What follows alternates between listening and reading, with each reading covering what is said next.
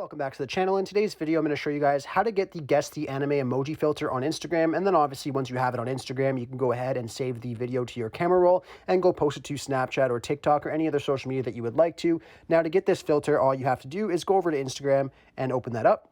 Once you're on Instagram, you just want to go to your page and just go to where your story is and click on that little blue plus icon.